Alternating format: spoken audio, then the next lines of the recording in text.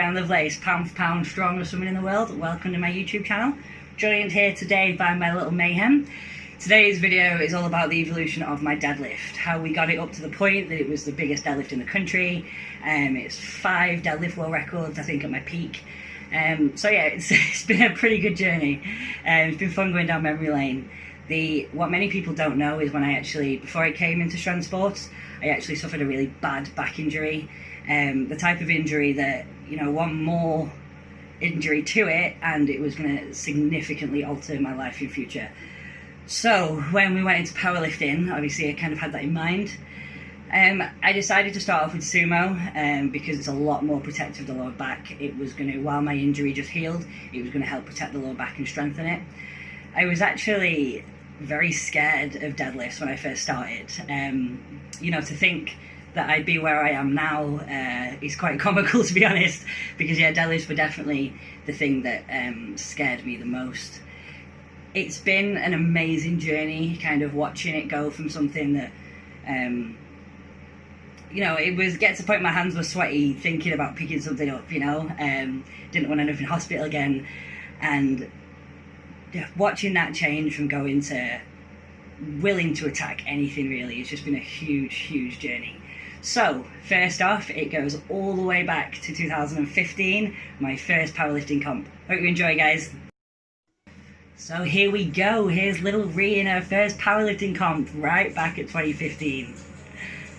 Now, and here is the first British Championship, same that year. I think it was 145 on the bar. And this really kind of taught me to just believe in myself, back myself. The numbers came pretty fast and thick. Up to 160 at the European Championships the following year. That was an amazing year. I think we won like 5 gold medals across that comp, so it really helped just build the confidence. Now, the transition from sumo into conventional. So when I came over to strongwoman, I wasn't actually aware that it had to be a conventional deadlift until I signed up for the comp. At which point, a little bit of poo came out. I had avoided conventional deadlifts like the plague. I was very frightened. So we started low. For me, it was about, right, how could I utilize the advantages that I've got from sumo? Is there any way we can bring that technique across and potentially bring the safety element across? This is how I've come into the deadlifts from a slightly different angle than most people. I didn't start with a base conventional and build that. I altered my current deadlift to be within conventional rules. Mechanically, it doesn't work quite like a straight conventional pull. It does have its element of sumo in it, but again, that just helps me stay protected. It also helps with things like speed off the floor and positioning, but overall it was quite a scary process. But looking back at it now, it really didn't take that long. I mean, it was only probably over 8 months into the sport that we were already at world record level. My first world record, obviously the first time you break one, it was really emotional.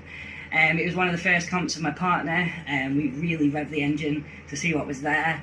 And yeah, to break the world record within your first 12 months of competing in the sport, I think that was the moment that I realised that conventional was probably going to be the rest of my life. Enjoy!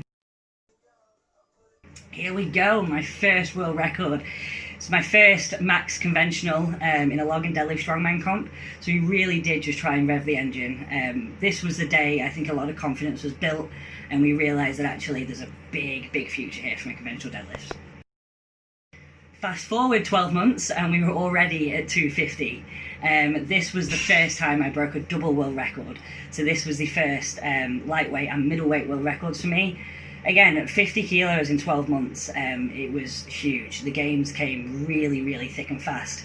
We stuck to what we knew, we didn't go too mainstream with it, and we continued with the sumo elements, and it absolutely paid off. Really, it was less than 12 months later. Now this comp meant the absolute world to me. For various reasons, mainly focusing on competitions. I hadn't focused on the conventional deadlift as much as possible. This was only a few months after my World Strongest Woman win. So it was quite nerve-wracking. I think I had about 3 weeks to prepare for this after winning the Arnold South Africa and winning my pro card there. So we really did wonder whether I'd done enough, I guess, to be able to pull the world record. Just me and my friend that flew over, and it was an amazing, amazing day. I think we knew pretty early on that we were going to set a record here. It was just what the record was going to be. Pull-wise, this was really hard. If you actually notice, it stopped, went down, and restarted again. But no, we did get that, and it was a brilliant, brilliant day. On to the one everybody knows about, the 600 pounds. This was just, it's hard to put into words the emotion this feels. This was the first British woman to ever break the 600 pound barrier. That's in powerlifting, strongman, like you name it. A British woman had never picked up 600 kilos.